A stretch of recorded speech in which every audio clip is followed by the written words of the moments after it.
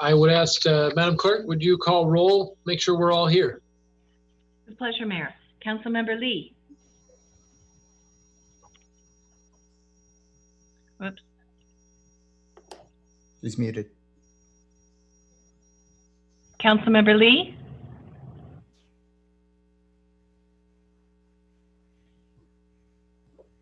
Amarantz, you're muted.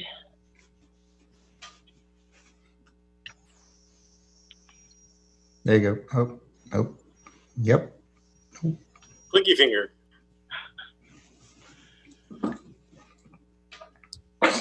You know what? Amarantz, on the headset, there's a button. See if that button got pushed. Here? Yeah, there you go. Thank you. Councilmember Pappen? Here. Councilmember Bonilla? Here. Deputy Mayor Rodriguez? Here. Mayor Goethals? Here. Great. So we're all here for our study session on citywide traffic and management. Our traffic action plans, we've been working on these for quite some time, and I believe we have a presentation tonight. So without further ado, please take it away.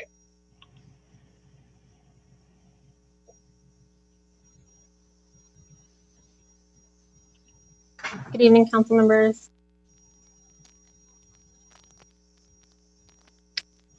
Hello, council members. All right, can you all see my screen here? Yes. Great. Give me one moment.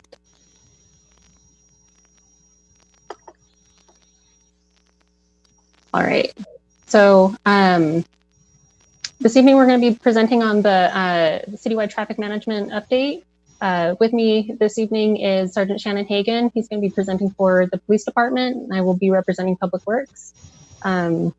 So let me run through the next slide here. So apologize, I'm just trying to get myself situated here. So as you can see here, we're going to run through an introduction. Well, the quick introduction is this, the overview. Police is going to take over and talk about some staffing issues, excuse me, not issues, talk about staffing, traffic action plans, and collision locations. For Public Works, I'll take over and talk about our traffic action plans, corridor improvements, and technology improvements. So from here, Shannon, are you able, can you take it from here? Yeah, thanks, Bethany. Hello, everyone. It's good to see you again. I'll just begin by sharing with you, I share a lot of data. I'm not trying to inundate you with a lot of information, so I'll try to make it meaningful and keep it as brief as possible. Traffic collisions are not accidents. They are avoidable events, and that's why we call them collisions and not accidents, which is the ultimate goal of traffic law enforcement, is to reduce traffic collisions. The state legislator would like everyone to follow the rules and to know the rules, and that's done through enforcement. Next slide, Bethany. Currently, our traffic model for the police department is that we have 4 motorcycle officers budgeted and 2 traffic action plan officers that are also budgeted. These are all motorcycle officers, and currently we have 3 that are assigned to patrol, who ride their motorcycles most of the time. Sometimes they're assigned to do training or do other things that is patrol related, that's not traffic centric. We have 1 officer that's in training. We expect him to complete motorcycle training in September. And then we have 1 dedicated traffic TAP officer whose sole purpose is to do the things that are listed in the TAP that we're going to talk about in just a couple minutes. And then we have 1 vacant position, and that vacant position is being held because of staffing. That has nothing to do with San Mateo per se. It's just an industry challenge that law enforcement entities throughout California are having, hiring qualified staffing people, and so we feel that that's a spot that will eventually get filled, but currently it isn't. Bethany. So as you know, that there are 14 neighborhoods that have traffic action plans, and of those 14, each neighborhood has identified 10 items that are of concern to them, and the first column here on the left is the TAP items, and we see PD. Each neighborhood, I've listed the number of items that are police related. So for example, Bay Meadows has 2 items that they consider police related, or Baywood has 9, San Central has 5, and so forth. When we look at its speed as a concern, because the top items might be for parking or driver behavior or something that's related to just overall general misconduct by driving, so it's nothing specific. But when we look at data for collisions, we look at speed as a big factor as to where problems are within our community. Speed is a primary collision factor along with DUI and distracted driving. So speed is what we focus a lot of our attention on. So in the top items, like example, I'll just pick on Bay Meadows for a second. They have 2 items from the police department, and then 1 item is related to speed. And then Baywood has 9, 5, and so forth. The next set of columns are related to injury collisions that we've taken in 2019. So the first column is injury. So how many of the collisions that were taken were resulted in injuries? How many involved DUIs? And then how many had involved speeding? And then the total column is how many collisions for that particular neighborhood. And then the PCF is which collisions were the top collisions related to speed, or was it something else? So we're just focusing on speed. I listed the few neighborhoods there that have the PCF is 4, or a speed, I'm sorry. Then our traffic action plans related to trailers and traffic stops. And let me just back up for a second. What our traffic action plan model, our TAP officer does, is conducts enforcement and trailer deployment on a rotating basis for all 14 neighborhoods. Bay Meadows, for example, I'll use that as an example. In August, Bay Meadows and Baywood would have trailers deployed into those neighborhoods. And then in September, we would move those trailers into Central and Fiesta Gardens. And then in November would be Glendale and Hillsdale on a rotating basis, just like that. When the trailers are out in those neighborhoods, our officers are out conducting traffic stops and then issuing warnings for the most part. But for Bay Meadows and Baywood, if we had the trailers out in September, or in August, I'm sorry, and then we go out in September, we move the trailers out, then we conduct full enforcement with citations. So the next slide, I think. So here I'll show that the locations that have the highest occurrence of collisions are receiving the highest number of enforcement activity. So we're aligning pretty well with what we're seeing in the data. So for example, Hillsdale has 70 total collisions, 25 deployments of trailers, and 737 stops. And then Hayward Park, same thing, 34, 13, and quite a few stops there. That's because it includes a big portion of El Camino Real. Next slide, please. The reason we're focusing on 2019 data, not 2020, is what I'm calling the COVID-19 effect. We looked at the time period we were shelter in place from March 17th, 2020 through June 17th, 2020. Over the same time period in 2019, we're seeing a 58.8% decline in collision reports citywide. And this helps support that whenever you have vehicles on the roadway, you have the likelihood of having collisions. So the more cars on the road, the more chances are there are people coming into conflict with each other, and there will be collisions. This is an example of that. Next slide. So we looked at our data for citywide collisions throughout all of San Mateo. This is something that we regularly do to monitor. And we list these out in order of ranking from, I got to move my screen so I can see what I'm doing here. So we look at locations that have 3 or more collisions to qualify to be on this list. And the reason we pick 3 is that if we looked at 1, okay, that's an event that happened. 2 is a coincidence, and then 3, definitely a pattern, something we want to look at. And if we were to include all of the 2s, this list might be 40 or 50 locations long. So it doesn't really help us in identifying where our biggest problems are, because what we're looking at is relationships to other locations. And so in this case, East Hillsdale Boulevard at South Norfolk is our #1 ranking location with collisions, and followed by, as you can see in the list, rankings for 2, 3, 4, all the way to 10. Now, if you see a column that has or a field that's blank, it doesn't mean there's not any collisions there. It just hasn't reached that #3 threshold. And the reason we didn't include the lower numbers for the intersection locations that are included here is that we wanted to keep all the intersections on the same playing field when we're doing an apples to apples comparison. And what we want to do is overlay this in the next slide to our neighborhood traffic action plans. And what intersections or what locations are corresponding to the concerns that are being identified by the neighborhood traffic action plans. So in this case, North Shoreview, their number one item is cut through traffic for the intersection of East 3rd and South Norfolk. North Central's number 9 concern is congestion on Humboldt and East Poplar. And then Central has their speeding concern on as the number 3 item for East 4th Avenue and South Grant Street. What this tells us is that there are a lot of other locations that need our attention. So you can go to the next slide, Bethany. So there's all these other locations that we should be spending time on. And because our TAP officer has a limited amount of resources available to him, where he's spending time in the neighborhoods when we really want him spending more time at these high occurrence hazardous locations. So this chart helps illustrate that. Next slide, please. I'll leave you with some good news. The Office of Traffic Safety, who are our partners and graciously give us money every year for grant funding, compile data on a number of different fronts, and they compare cities for injury collision rankings.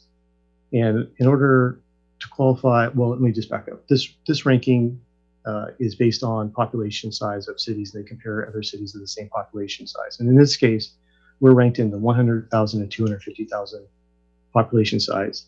And there are 58 of those in California. And we rank 45th, which is really, really good. And the higher the number, the better. They also count vehicle miles driven each day. And as you can see, that's 667,000 cars each day.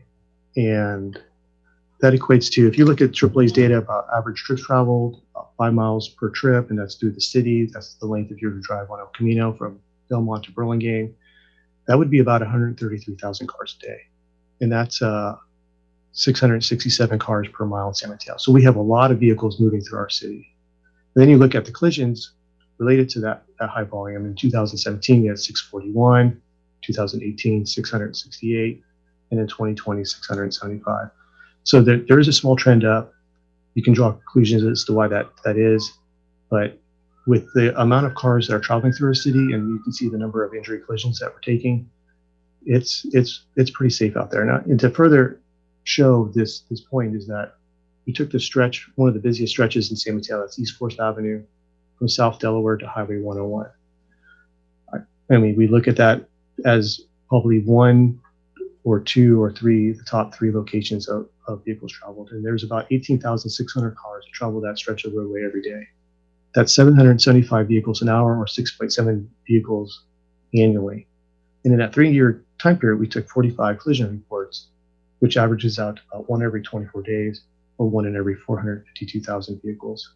So there's a lot of cars moving, but I can confidently say that it's a safe community. It's looking good. I like this data, and we obviously have areas of improvement, but I think as a community, we're doing a pretty good job of keeping the road safe. So with that, I'll pass it over to Bethany. All right, thank you, Shannon. So for for Public Works, our primary focus has been on developing and implementing the traffic action plans. So the traffic action plan process started in late 2015, following City Council direction to work with the community to address their concerns. Citywide outreach was held in 2016, and in 2017, 12 of the 14 traffic action plans were drafted. These two additional plans were drafted this past fiscal year. These plans identify neighborhood-specific improvements, and while some of these plans did address some larger traffic issues, we found that we often need to coordinate these traffic improvements that we're looking into to ensure that one recommendation doesn't impact another neighborhood. Of all the traffic recommendations identified in the plans, about 70% of them are either in progress, ongoing, or completed, which means that about 30% of them are still waiting to be started. Our initial focus in 2017 was on installing smaller infrastructure projects like flashing beacons, speed cushions, and permanent speed feedback signs. In 2018, that focus shifted to school sign enhancements, implementation of a citywide signing and striping project, which encompassed almost 50 individual items. And one example of this is in the bottom right corner, where we removed parking on one side of Norfolk, north of 3rd, to address some pedestrian concerns. In addition to that, we installed the centerline striping and edgeline striping to help facilitate the traffic going through there. In 2019, we started a lot of our larger CIP type projects, including the Hillsdale-Saratoga crosswalk relocation and others that I'll talk about in a moment. For some of our ongoing projects, police and PD continues to deploy the radar trailer. We have three radar trailers. 2 of them are dedicated to TAP items. 1 of them is for speeding hotspots. We continue to work with our schools, including Abbott and Hillsdale High, North Shoreview Montessori, Sunny Brae, Baywood Elementary, and San Mateo High. We continue to collect follow-up data on this, and we continue to work with steering committees, such as North Shoreview on cut-through traffic, Hillsdale on traffic calming items, and Fiesta Gardens about congestion issues. A lot of the larger CIP projects, or a lot of the larger projects have requested funding through the CIP, through the Capital Improvement Program. Some of the projects that have been funded include the Fashion Island Boulevard Corridor Study and the 31st Avenue traffic calming and crosswalk improvements.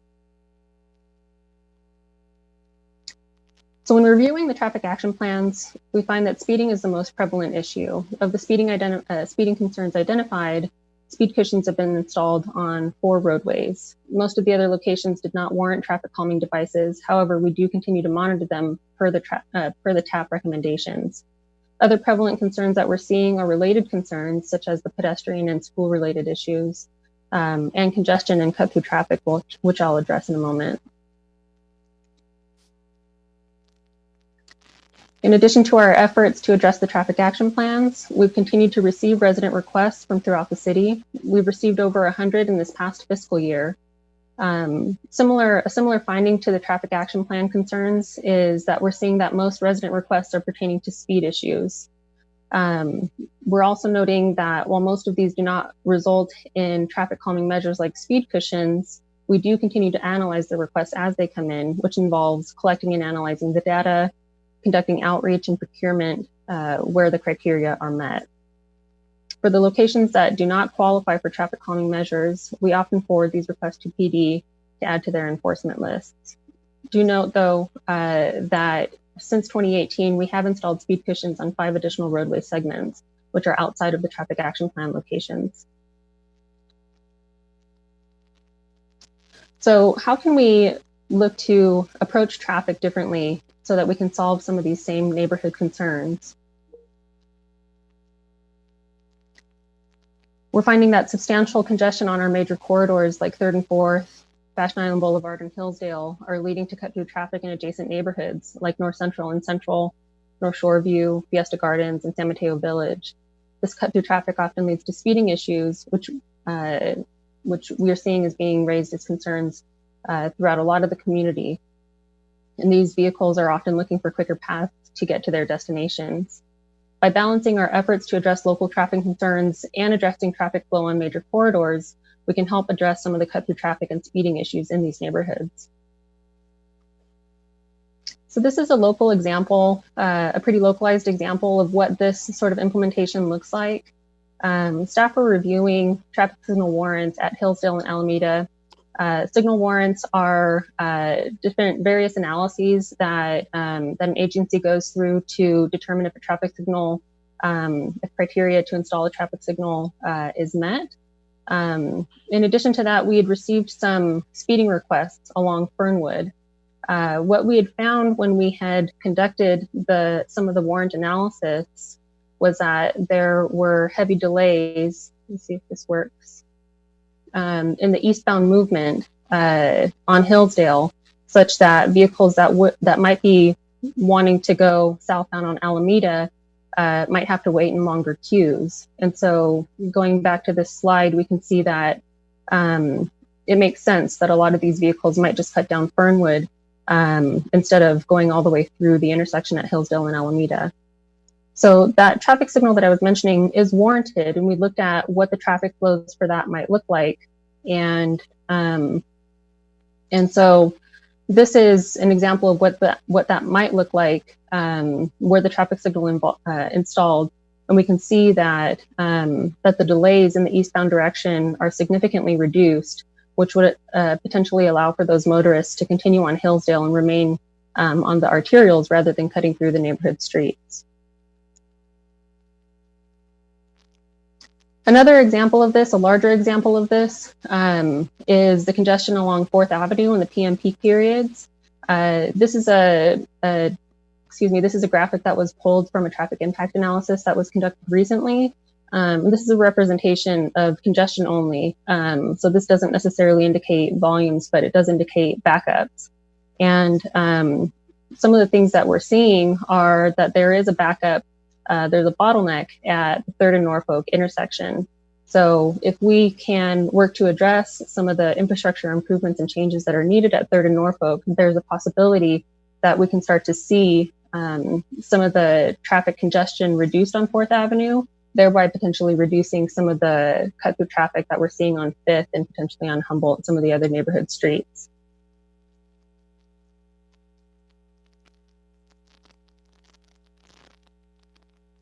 So, excuse me. So we're working quite diligently to address neighborhood traffic. However, we are seeing that improvements and focus on our major corridors is necessary so that we can start to address some of these neighborhood traffic issues. We can alleviate cut-through traffic and speeding by doing so.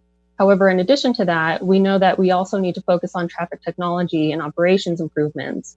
These sorts of things all work hand in hand to comprise a balanced traffic management system. So some of these technology improvements include traffic signal synchronization, where we can optimize the flow so we can get motorists through multiple traffic signals and thereby reducing travel times. Adaptive traffic signal timing that reviews the actual volumes approaching different intersection approaches and can real time adapt traffic signal timing to actual traffic flows. Enhanced emergency vehicle preemption systems that will allow for our responders to get through congested corridors faster, potentially using things like cloud-based systems to communicate with our apparatus and our traffic signals. And lastly, the implementation of closed circuit television cameras. We already have some of these around the city, but this allows for real-time monitoring of traffic operations and allows for timing adjustments to be made on the fly when incidents occur. So to conclude this, our recommendations are for police and public works to continue to work closely to proactively address traffic flow and safety concerns. We do want to continue to implement the traffic action plan items that do have broader impacts. We would like to focus our staff resources where our data indicates we would have the greatest benefit. This includes things like conducting enforcement efforts where it aligns with our collision data, and also improving major corridors where adjacent neighborhoods can benefit. And lastly, continue community engagement about areas of interest. And that concludes my presentation. Bethany and Shannon, thank you so much. I really appreciate that presentation. That was excellent. Do we have questions from the council regarding our presentation? Go ahead, Deputy Mayor Rodriguez. Thank you, Mr. Mayor. I guess a question that just kept on popping in my mind, popping up in my mind, especially during Officer Hagan's portion, is that it sounded to me from, if you were just watching this presentation and looking at the numbers, it seemed like that there was no issues and that we are doing very well, and pedestrians and cyclists perhaps even feel safe in this environment. But that is definitely not what I'm hearing time and time again from neighborhood residents, and I'm trying to understand the disconnect there. What metrics could we look at that tries to explain this dissatisfaction we have with pedestrian safety? That's a good question, and I don't have an easy answer for you because a lot of times the data doesn't always reflect what's actually happening in the community. So what that says is that there may be conflicts that are occurring between bicyclists and vehicles. For instance, the old Hillsdale train station. We received a lot of complaints, and we went out there. We're like, yeah, there's cars and bicyclists that are in conflict. There aren't collisions that are occurring. They're just not getting along very well, and had to have some enforcement efforts there to try to correct the behaviors that were being conducted by bicyclists and the vehicles. So those are difficult things that we try to measure, and I think that's where when Public Works and the police department traffic teams get together and we hear of these things, we can discuss them and use some expertise in our experience to address those concerns. I hope my presentation wasn't to say that, San Mateo is perfect. I was just trying to get a point across that there is some enforcement that needs to be done in some areas that we're ignoring, and we only have so many staff hours to conduct enforcement. So this wanted to just better allocate those resources in a more effective way. And I didn't mention this, but speeding enforcement is one of those challenging items that if I live in a neighborhood that has a couple of cars speeding by and I want a police officer out there, that officer may spend 3 or 4 hours trying to catch that one speeder, where I can deploy them in a higher volume area where people are speeding more frequently and get more tickets, and then change more driver behavior because the community sees that we're out there conducting these types of traffic enforcement stops. And we know that from our experience, and there's a lot of data and studies that have showed this, that if you have speeding vehicles in one location, people are speeding in others. So we try to be as efficient as we can in our enforcement efforts, as opposed to just being where we're addressing a neighborhood traffic action concern because there's that 1 or 2 speeders that are down the street. And so it's really important that we just be more wise and educated in our deployment of our resources. So, I mean, I don't think we can disagree with what you just said. So how do we do that? Like, I'm a little bit concerned. I mean, I in some ways, I think that this data could be part of the issue because we're tracking a bunch of things that doesn't seem to be correlating with how neighborhood residents are actually feeling. And I guess I'm just wondering if we keep doing the same thing over and over again, we're going to end up with the same results. And I'm trying to get to the point where we can figure out, all right, what are we going to do differently? Is it just enforcement? How are we going to deal with everything seemed to coming down on speed enforcement? And, it's in vogue right now to say that enforcement is not the answer, or increased enforcement is not the answer. But I guess I was hoping to see a little bit more about like what we can do differently, or are the concerns that the residents continue to talk to council members about, are they kind of imaginary? Are they not? Are they something that we can't possibly address? So let's just forget it. Yeah, I mean, I totally understand where you're coming from, and I received those same calls were from people that are concerned about things that are happening in neighborhoods, and I think that's what Bethany and I were trying to express here, is that we do want to do things a little bit differently. We've tried the TAP model to try to identify the key issues that are of the most concern to our community. But we're learning that sometimes when we deal with problems that are near the neighborhood or a couple streets away, we're alleviating the problem that is on street A. And so I think Bethany did a good example of showing in her slides the Hillsdale and Alameda example of where we have cut through traffic speeding on a residential street. But if we can relieve the pressure at a major intersection and do a little bit better, more wise timing of vehicle flows there, that should hopefully alleviate the problem on Fernwood. So that's what we're trying to express here today.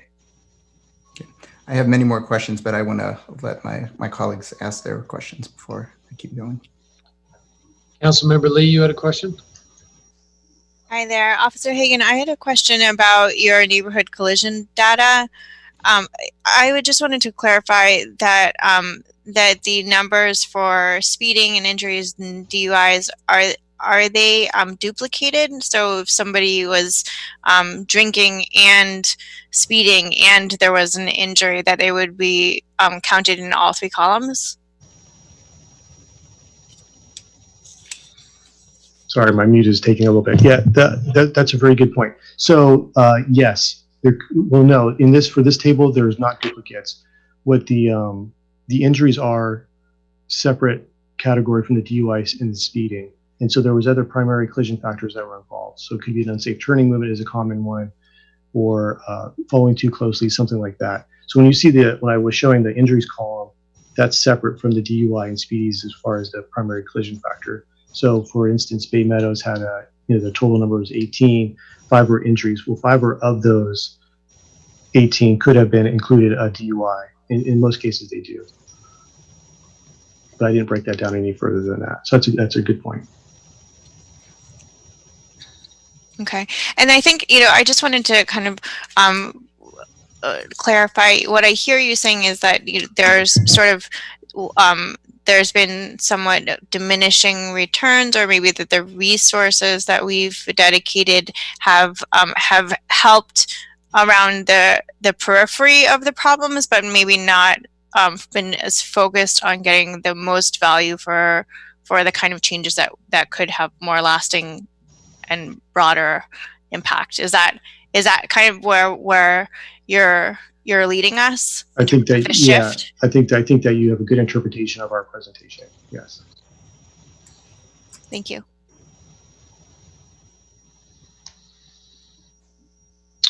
Rick, do you have questions? I don't think I do. I understand the questions, the issue, I'm going to have comments. Okay. Thank you. Diane, any questions before we go to public comment? Ask one more question then. Yes, please, Deputy Mayor. Thank you. I guess I do want to get to a public comment, but we do have time on this. This is a very important issue. The next question I wanted to ask is that, this has been focusing on the traffic action plans, but we also have the sustainable streets, we have Vision Zero, we have Master Bicycle Plan, we have the NTMPS, we have all these plans, and we're really kind of just talking about one. I'm curious, how do they all come together, and how do we make sure that they're coordinated so that we're not just talking about the latest thing, but we're having a coordinated effort where we're being able to measure the safety in one area and improve overall.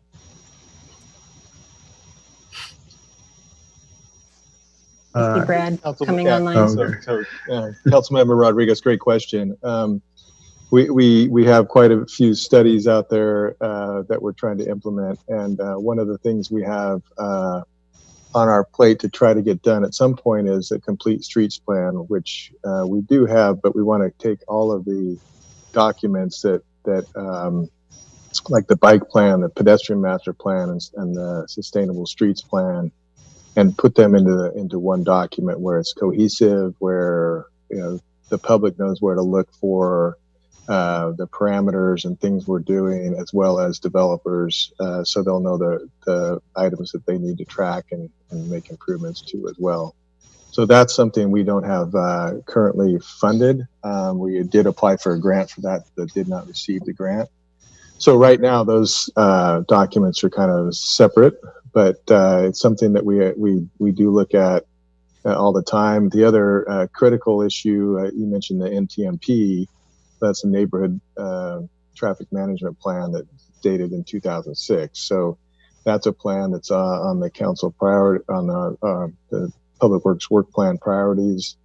We plan on moving that forward within the next year and bringing a final document back to the council for review, because it is somewhat outdated, and that deals with the traffic calming issues, and there's new things we can do. There's some new parameters that we've actually already implemented that are not quite in alignment. For instance, placing some speed bumps on collector streets. We've done a little bit of that already, recognizing the need through the traffic action plans, actually.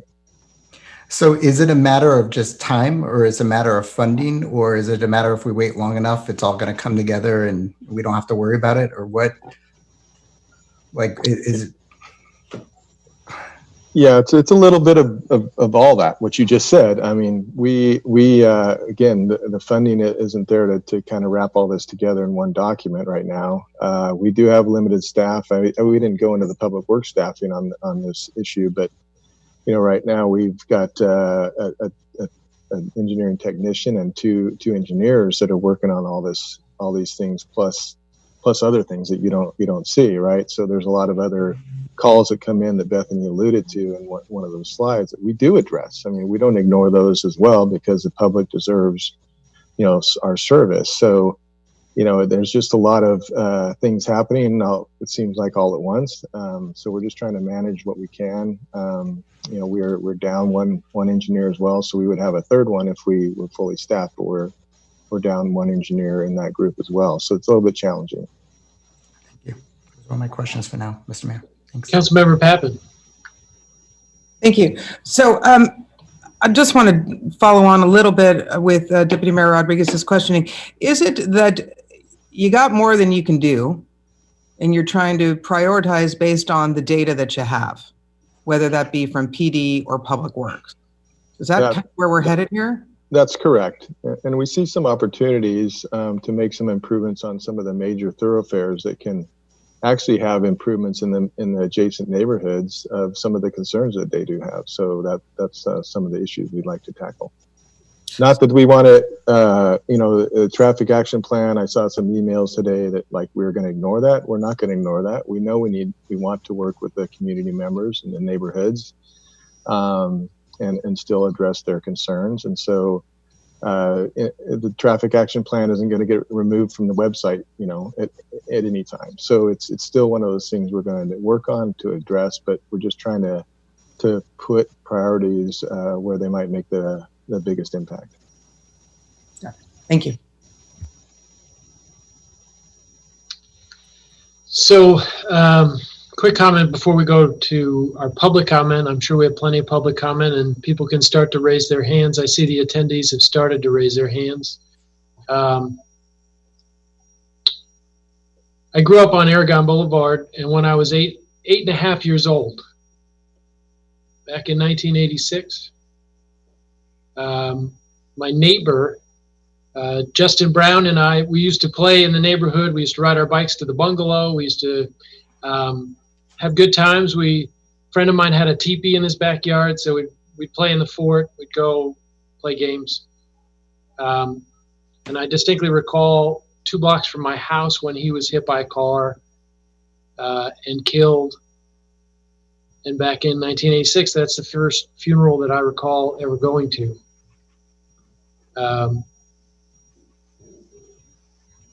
When I graduated from college, a good friend of mine who I went to high school and college with, she was training for a triathlon. And on Easter Sunday morning, she and her fiance were both hit by drunk driving.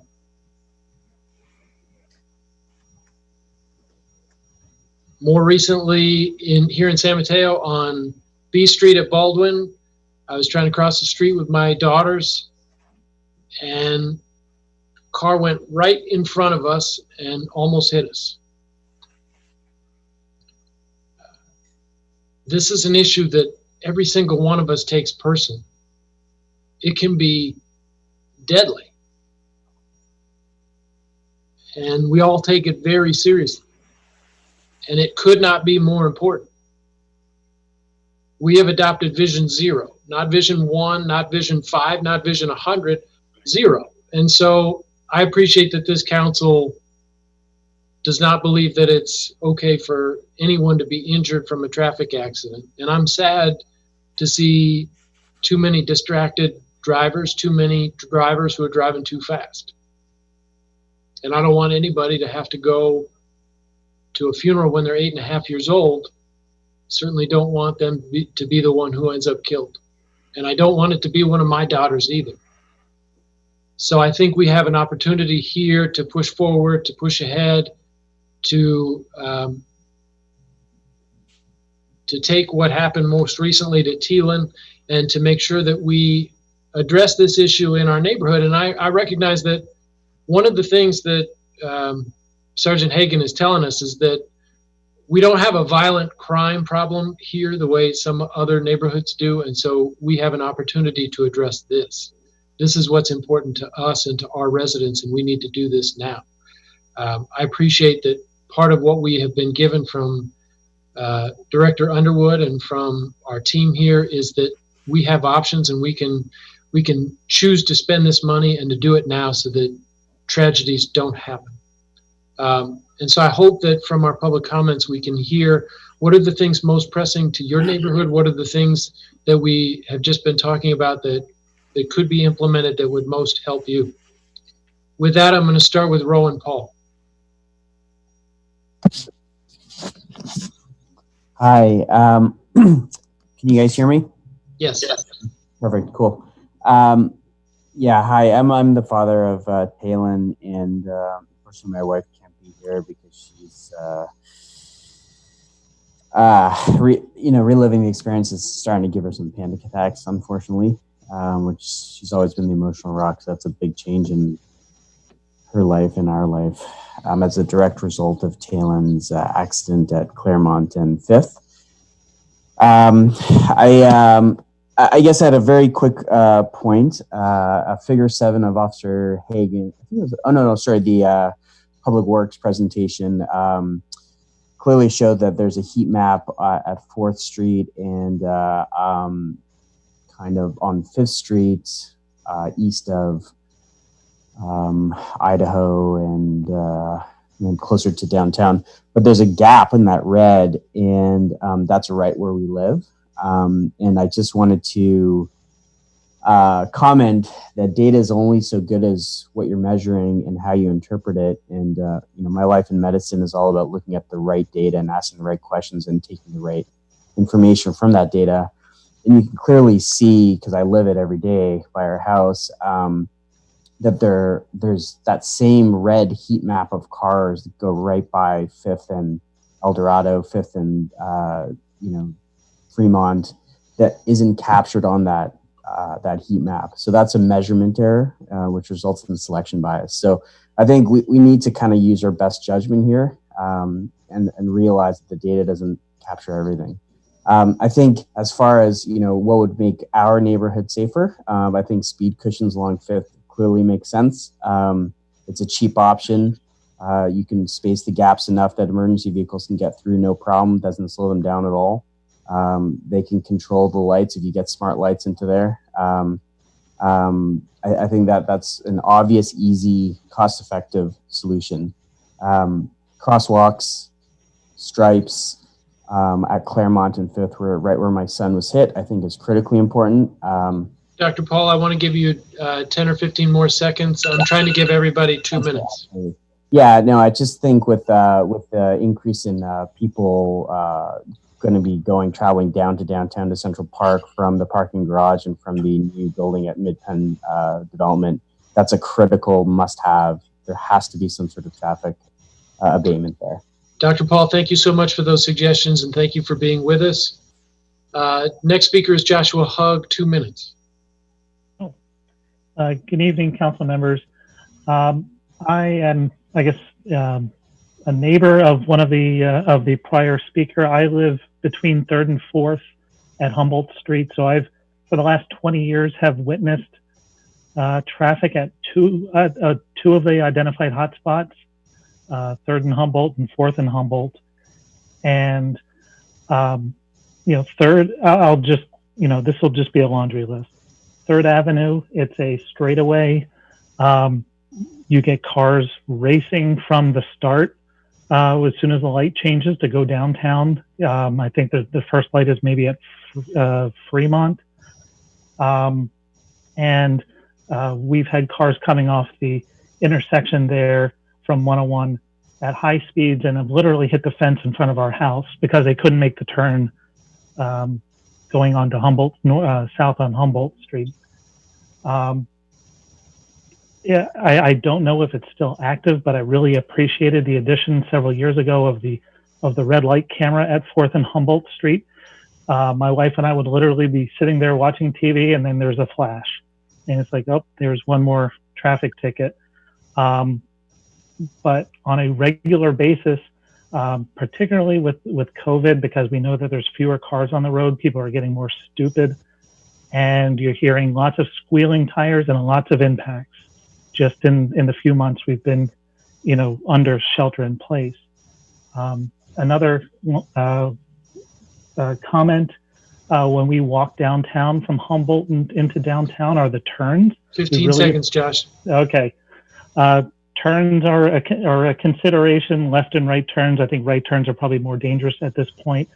The final point I just want to make is that at least at our particular intersection with 4th and Humboldt, you get all those cars waiting at the intersection. You get to listen to their subwoofers. And I know it's not an accident, but it is a major, major quality of life issue when you have cars and motorcycles with loud radios coming through our neighborhoods, just destroying any semblance of quality of life. And particularly during the summer when everybody has their windows open. And I again, thank you, Josh. Similar but related, but thank you. Thank you so much, Josh. Lisa Nash, 2 minutes. Thank you, Council, and thank you to Public Works and the police. As a member of San Mateo's Neighborhood Watch Board and the board of my neighborhood association in Baywood, I've seen the police come out and Public Works come out many times to work with the neighborhoods on traffic safety. And I find the setup of traffic action plans versus data-driven analysis a little artificial, because when people live in a neighborhood, they encounter traffic issues all over San Mateo. And residents of North Central might be worried about traffic issues there, but they're also worried about traffic safety when they travel down El Camino. And the corridor level improvements align, as was said, with the neighborhood traffic action plan concerns. And I would point to what's been said so many times already tonight, the focus on 3rd and 4th and 5th Avenue with the tail end plan developed by the central neighborhood and supported by neighborhoods all over San Mateo. So I really think we should use the technology that we have, but use it in conjunction with our neighborhood input. I'm thrilled that there's going to be finally a traffic signal master plan that will help so many of us across the city as well as non-residents. And if it's a question of allocating resources, there are so many ways of doing trade-off analyses to understand where the data priorities intersect with the neighborhood priorities and focus on that. Maybe number 10 on the traffic action plan goes by the wayside, but I'm sure everybody would agree that that's good benefit. So I would really encourage, as Brad Underwood said, don't put the traffic action plans aside, because they also represent a lot of investment and community building between the city and the neighborhoods. And it would fly in the face of the strong community feeling in San Mateo. Let's use technology and community to solve our problems. We're in Silicon Valley, but we're also neighborhoods. Thank you, Lisa. Michael Weiner. Good evening, Mr. Mayor and Council. I wanted to, first of all, thank you guys for putting this report together and for taking on this extra meeting. I know your plates are extra full and staff is COVID stressed and everything else. So I really appreciate you taking this very important thing on. I did want to ask, I sent a video to Patrice and with the permission of Taylon's parents, I'd like her to play that real quickly so we can all see it. And I want to make sure that this point is clear that you did get their permission to do this. I did have their permission to show this. Yeah, it's jarring, but it's not. And we know that he survived. So this is shot coming out of Safari Kids. This is looking down, looking westward, pointing at 5th. And once you see it go here, you can see them approaching the intersection on the far side by San Mateo Lumber. And they stop and look both ways. And then Taylon's mom goes out into the intersection, and she's well into the intersection. And here you're going to see Taylon come from behind, and the cars zoom around the intersection and get him. And he proceeds down the street for a little ways before mom bangs on the window. And then there you see that pickup truck just ran through the stop sign, like right behind him. So that's as far as you need to go, Patrice, with that. The rest is just a bunch of people coming out to help. And, fortunately, we can say that Taylon survived and is on the mend. But I wanted to drive home. We always get into these meetings and start talking about numbers and TAPs and NTMPs, and we get caught up in the jargon. And just like your story, Mayor Goethals, we got to remember the human element. And this could have been one of our kids, right? And I have 2 boys, 9 and 11, living downtown. They're very competent bikers, and I can't let them go anywhere downtown. I'll let them ski black diamond runs and go ziplining, but biking downtown crosses my safety threshold. So we really would need you to acknowledge this problem. I think we seem to have that from all of you, and really adopt all 4 pillars of the Talon plan. Keeping Talon's name on it really keeps the human aspect of this, I think, in play. Thank you, Michael. Used up my 2 minutes. All right, thank you. Erica Powell. Can you hear me? Yes. Thank you. So I want to thank Talon's dad for allowing that video. I'm broken. That's the first time I've seen it. Thank you, honorable council members, for the study session. I know you have a lot on your plate, so I really, really appreciate the time. And thank you to Bethany, Miss Bethany, and Officer Shannon. I really appreciate your job. I know it's challenging, so thank you. I want to advocate for the TAPs, and I know that Mr. Underwood said that they're not going away. It didn't sound like that in the recommendation. I think it was a huge investment to develop this tool. It was built with trust, to build trust with the local community, and to build communication, path. So why not continue to use it and update this tool with the community input? Perhaps every 2 years update it. It doesn't have to be to the level it was in year 1. I think it provides valuable input from the residents that walk, ride their bikes, as we know. And drive these streets on a daily basis. I think that this will help us to continue to make data-driven decisions, as all these models that we have and all these plans that we have, the NTMP, the Sustainable Streets Plan, the pedestrian plan, etc. But we want to be able to do this through a transparent and collaborative process with the user experience. That is really important. And the last thing I want to comment on is the fact that the threshold that's being used right now to put in traffic mitigation or pedestrian improvements is very high. It's a high bar. It's all based on lots of numbers of cars, very high number of cars, and high number of collisions. Why not just think about the experience of being able to cross the street feeling like you're going to be safe? That's it. That's all I have to say. Thank you so much for your time. Thank you very much. Anna Cure.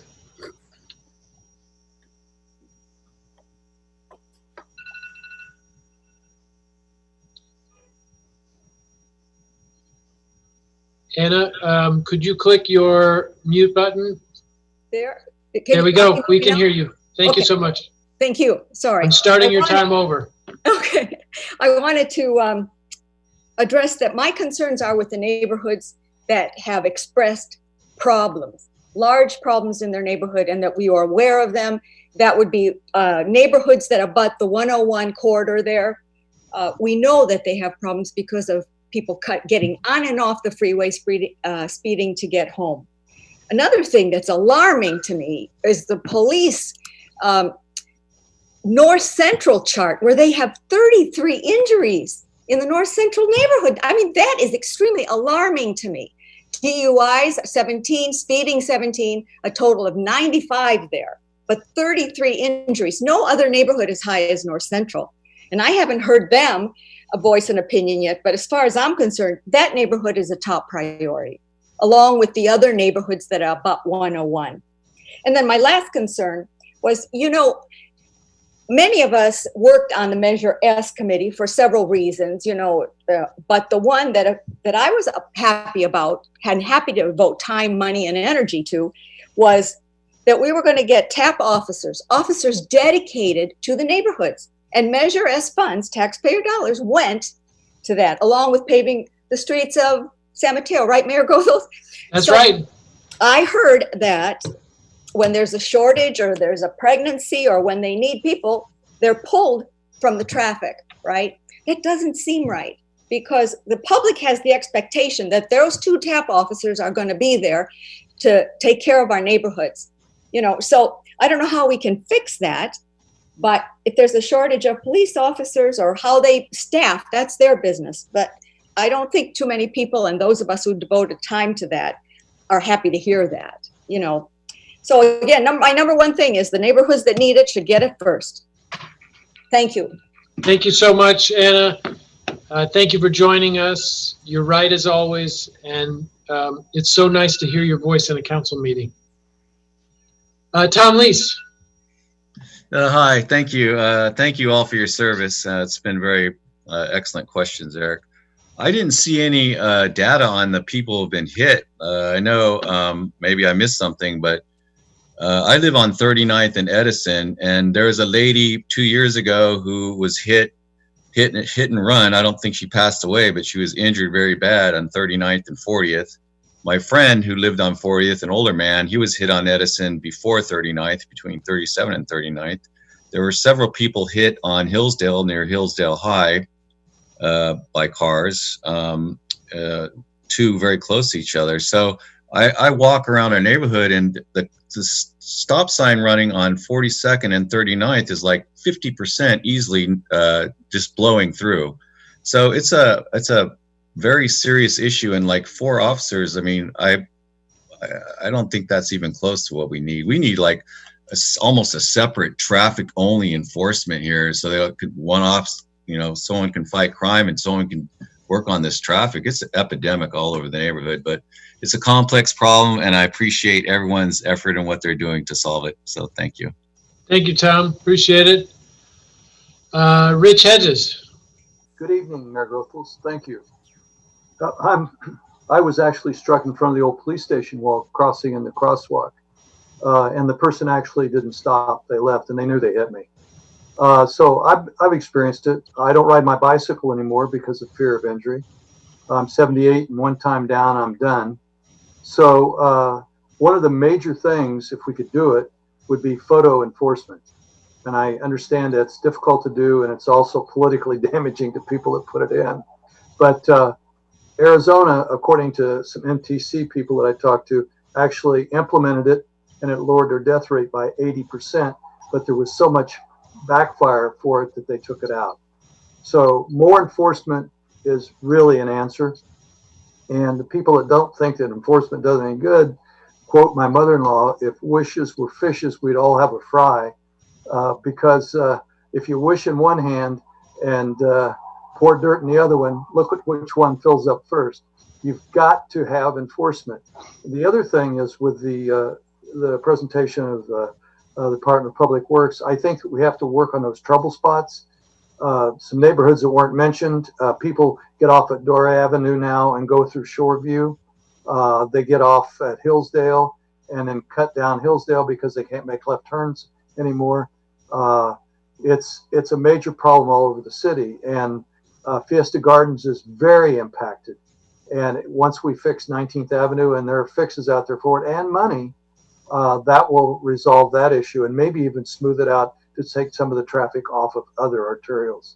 So thank you for the time. Get off and give some other people some time, but let's look at enforcement first and repairing or fixing those locations that are the worst right now. Rich, thank you so much. 78 years young. Thank you for joining us. James Wayne. I found this on the web. Thank you, Mayor. Hello, Mayor and City Council. I am a resident in Central Neighborhood. I'm on 5th Avenue, just a few blocks up from Talian and his family's house on 5th Avenue. I want to just echo my support of any traffic calming measures we can get. I have 2 children under the age of 3. And I walk them, I stroller them regularly in the neighborhood. And one particular intersection, which I'm concerned about, is Humboldt and 5th. This is right in front of the fire station. This is coming, traffic coming off of 101, going down into downtown via 3rd Avenue, but then turning on Humboldt to go into Sunnybray. There are a lot of cars that just ignore that stop sign as they go south on Humboldt. And it's really concerning for those of us who live close to that intersection.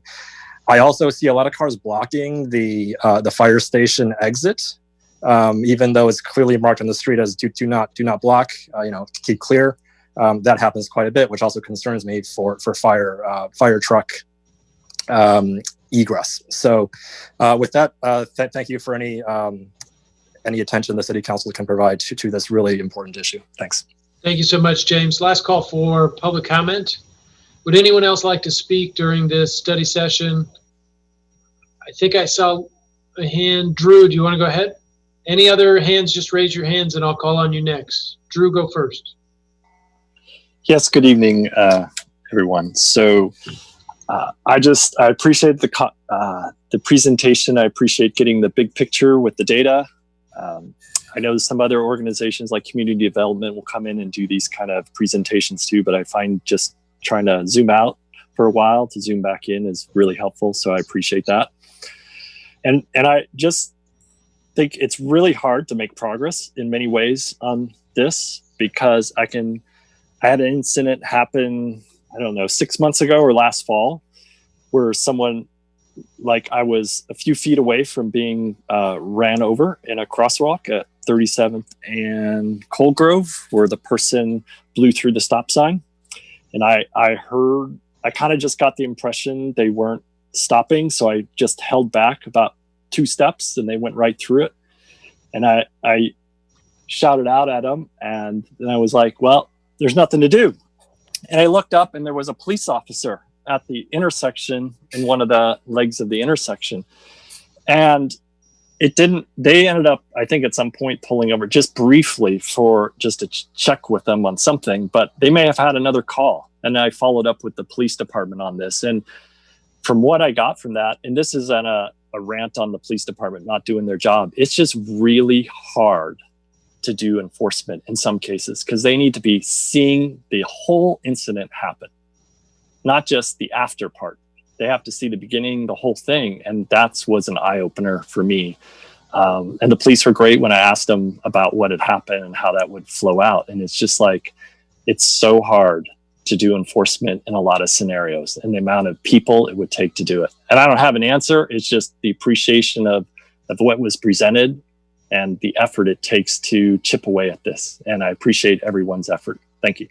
Thank you, Drew. Any other final public comment? Seeing none. Lori Watanuki.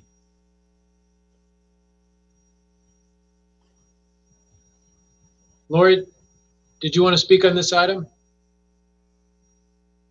Lori Watanuki? Yes. Can you hear me? We can hear you.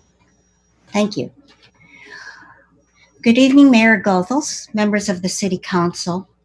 I wanted to just elaborate a little bit more on the Teelan plan. What it asks for is high visibility crosswalks and bulb outs to improve the pedestrian safety at 5th and Claremont. The street can be redesigned to parallel parking when you add the bike lanes on each side of the street. This would follow the Sustainable Streets plan versus adding a traffic lane on 5th and forcing more traffic through 5th. We need speed humps on each block of 5th from South Delaware to South Amplet and bulb outs for pedestrian safety at 5th and Humboldt and 4th and Humboldt, just as the previous speaker had mentioned. This would greatly improve pedestrian safety. We need to reduce the width of the entry at 5th and Delaware and a sign for local traffic only and a directional sign to get the cars to the parking garage and to the downtown at 3rd Avenue West, to take 3rd Avenue to South Claremont to 5th to the new garage. Physical devices are needed because ways will force non-residential traffic through our narrow streets. The funding for the Teelan plan is critical, and these speed humps for 5th Avenue need to be installed soon. We'll talk about this more as we talk about the garage. Fremont and El Dorado have benefited from speed humps and one partial trail closure. Speed humps reduce the speeds 15 to 20 miles per hour. With more available accident data, these trials and installations for speed humps, bulb outs, and high visibility crosswalks can happen at a faster pace. We support Vision Zero for the children and seniors with no lane additions. We'd like to prevent these fatalities and make San Francisco a more pedestrian and friendly city with more street trees plantings to reduce environmental impacts. Thank you for listening. Thank you, Lori. Okay, I'm going to close the public comment period, bring it back to the council for some final direction for staff. Councilmember Pappen, please lead us off. Thank you, Mayor.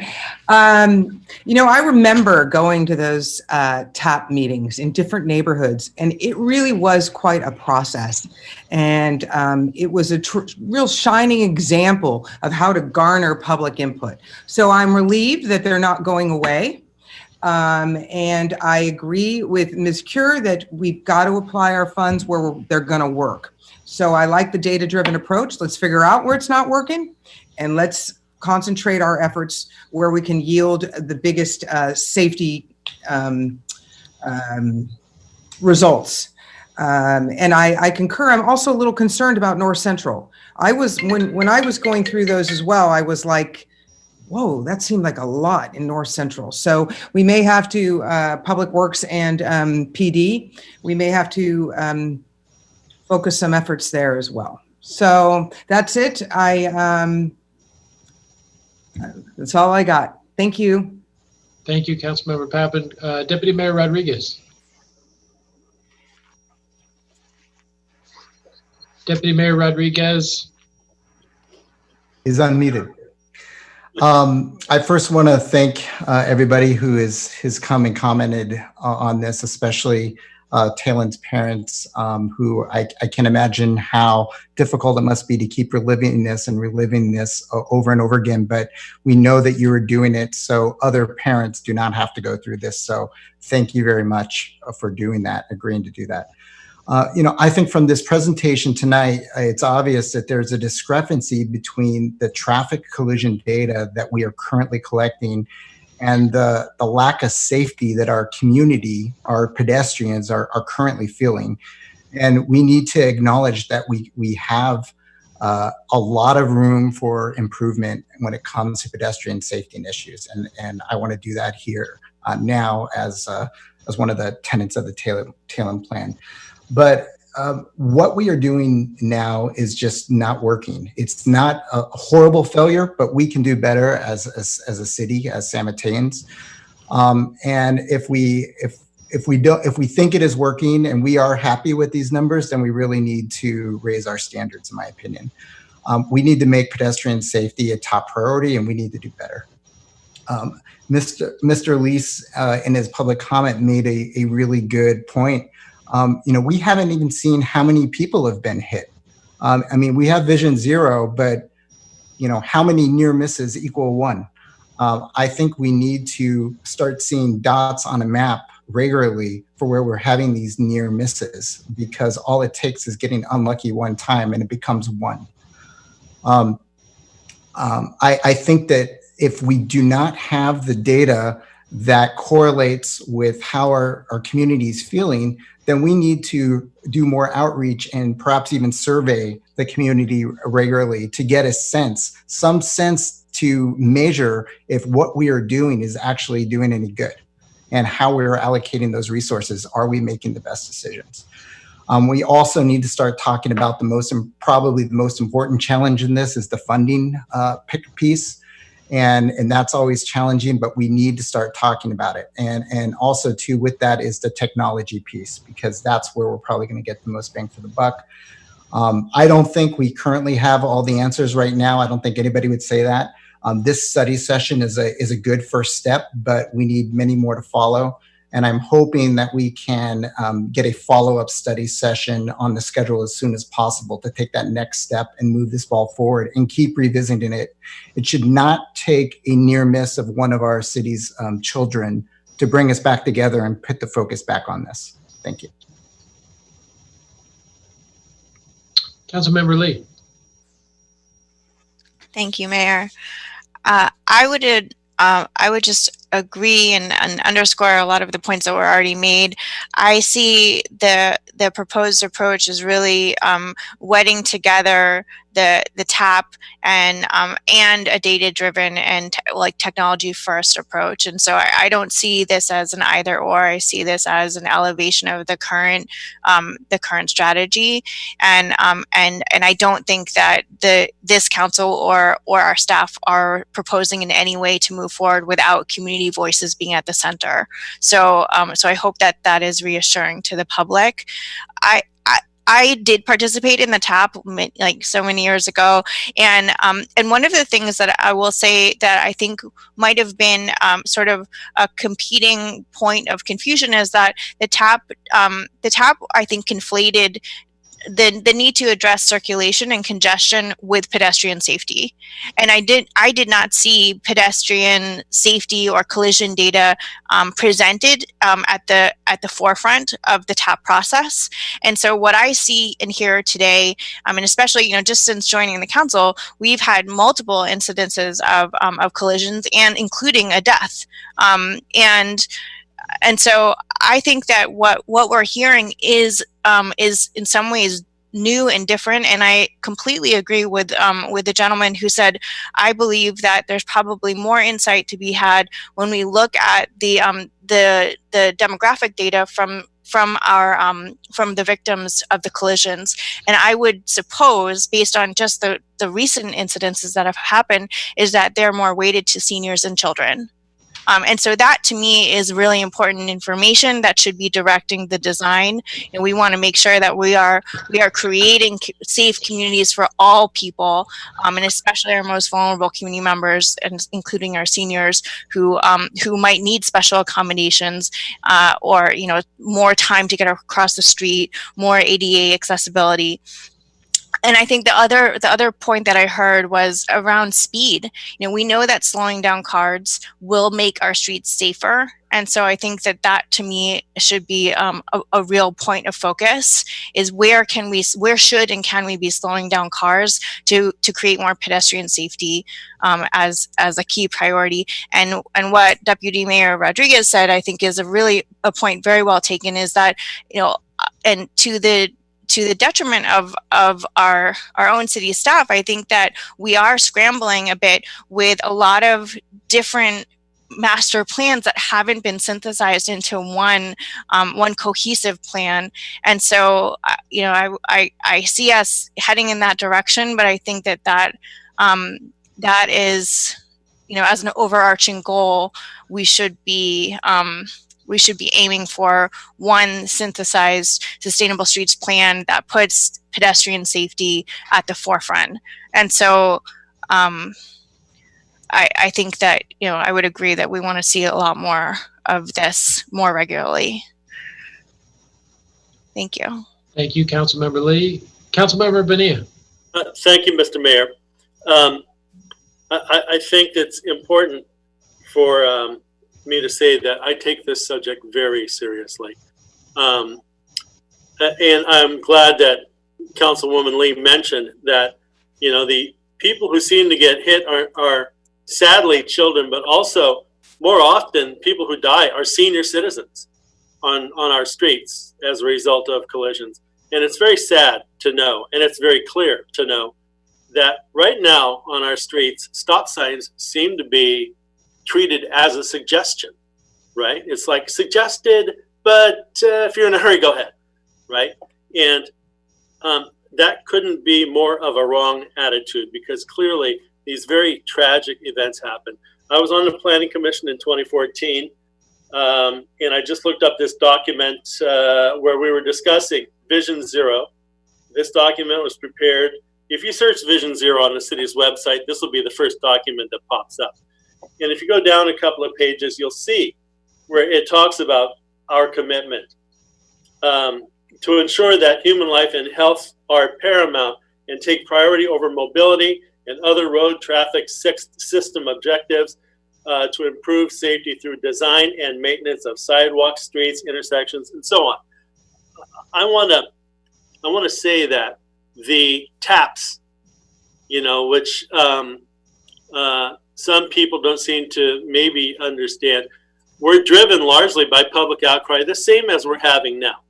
Only it was back in 2013 and 14 and 15, we worked on putting it together.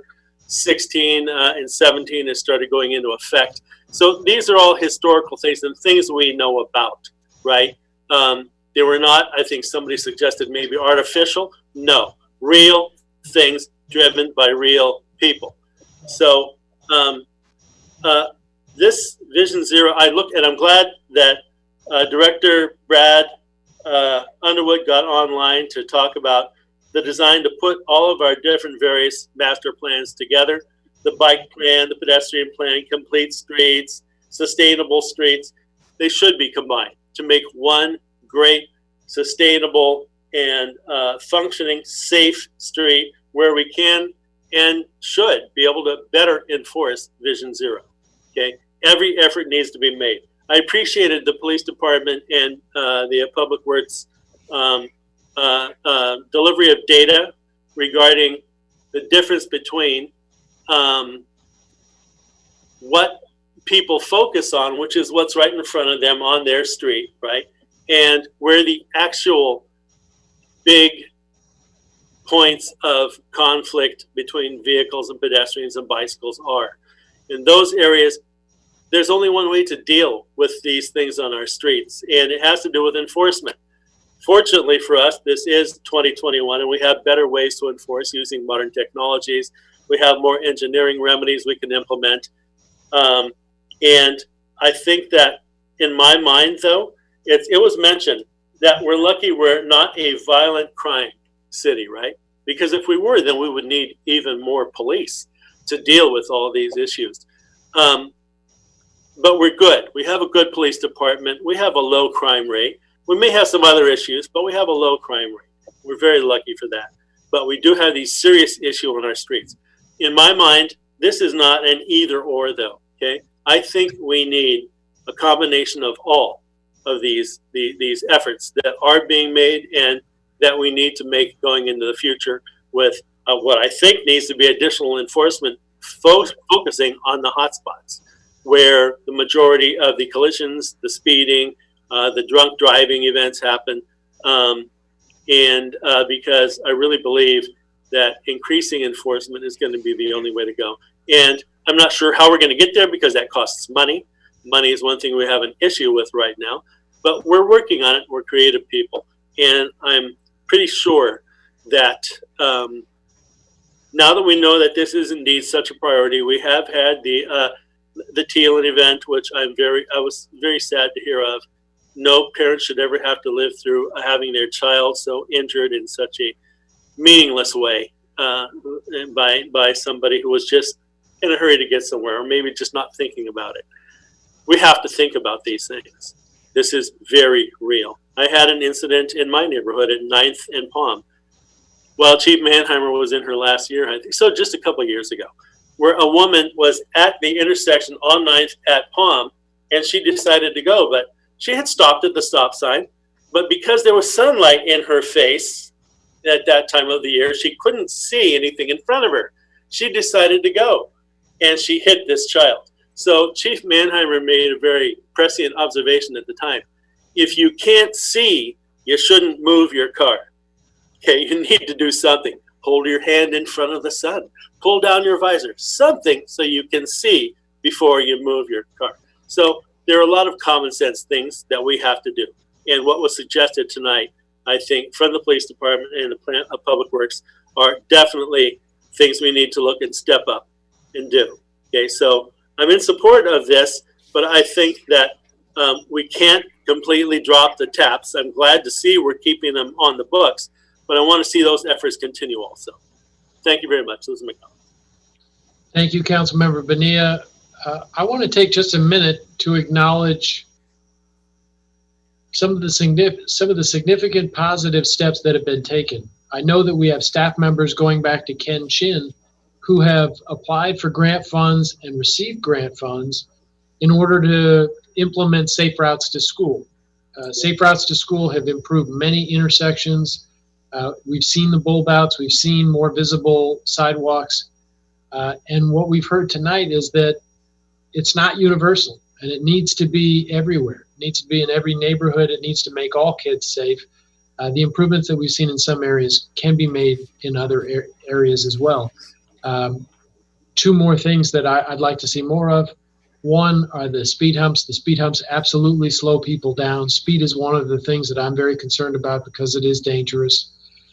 And also the mobile radar unit. The mobile radar unit has been deployed to every single neighborhood in San Mateo. And when it gets deployed, I immediately get emails from neighbors saying, "This is great.